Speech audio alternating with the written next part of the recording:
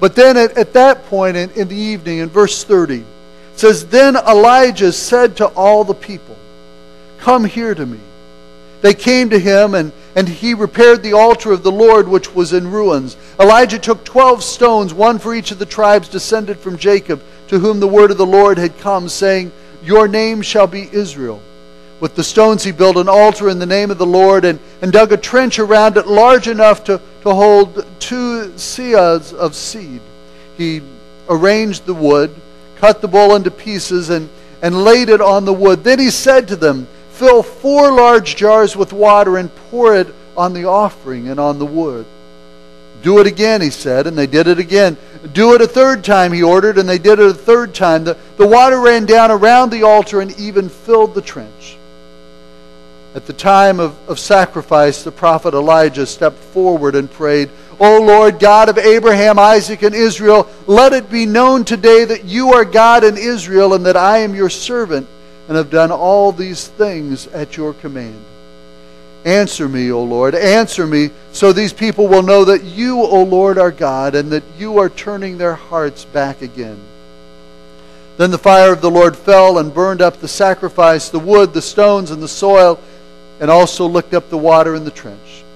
When all the people saw this, they fell prostrate and cried, 'The Lord, He is God. The Lord, He is God.'" Now, Elijah is pretty bold. If he were acting on his own authority or acting upon his own idea, then I believe that he would be walking on some pretty thin ice. But he's following God's instructions, and he trusts God to do what God says He will do. As I read this story, I always think that Elijah's a little arrogant. I mean, I always read it and think, I wish you were a little more humble in the process, but he taunts him, he kind of rubs it in. But the issue is, even in his taunting, even in what I might consider to be arrogance, Elijah is not building himself up. As we look at this passage in verse 36 and 37, Elijah's prayer is not about himself, but it's about God. He doesn't pray, "Lord, please light this fire so the people do not turn on me." He doesn't say, "Lord, please light this fire so that it'll show the people that I'm right." He prays, "Light this fire and let it be known that you are God in Israel and that I am your servant." This whole drama is not about proving that Elijah is right, but it's rather showing them that Elijah's God, the God of Israel, Yahweh, is the true God who should be worshipped, not the God of Baal or Asherah. At the beginning of the sermon, I said that I wanted to be a man of faith. I believe that many of you want to be known as a man or woman of faith. But why do we have that desire? Do we have that desire so others will look at us and somehow put us on a pedestal? Or do we have that desire in order that we can point others in God's direction? Is faith about what others think about us? Or is faith actually something that is a tool to point others toward the one true God? As I look at Elijah's faith, it was not about him, but it was about pointing others to the God that he served. Well, when the fire of the Lord fell down and Elijah's God was proven to be the true God, he then instructed them to gather up all the prophets of Baal, and they were struck down, they were killed.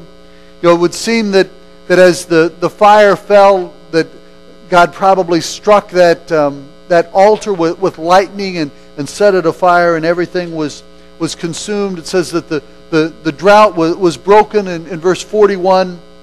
It says, "And Elijah said to King Ahab, 'Go eat and drink, for there is the sound of heavy rain.'" As I read this story, I'm amazed by Elijah's faith. It would seem that after such an experience, there's nothing that could bring him down from this mountaintop experience. But when we get to chapter 19, we find out that he comes down off of that spiritual mountaintop very quickly.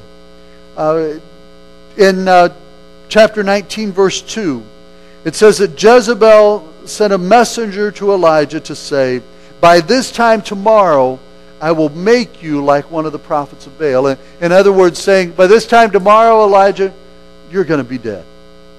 Well, after the display of God's power, I would expect Elijah to stand boldly and he even say, well, bring it on. Just wait and see what my God's going to do. But that's not what Elijah does. Because for him to do that, that would have been in his own arrogance. Because the Lord hadn't given him an instruction at that point. But rather than trusting God, it says that Elijah was fearful. He was afraid and he ran for his life. Now, what a difference between chapter 18 and chapter 19. Chapter 18, Elijah is this great man of faith and stands boldly on Mount Carmel and calls fire down from heaven. And now after that in chapter 19, he's afraid and running for his life. I believe that the faith displayed in chapter 18 came as a result of being obedient to God's directives. And the fear of chapter 19 came because of a human threat that was trying to bring him down. Now, it's not that Elijah couldn't have had faith at that point and trusted God even amid the threat.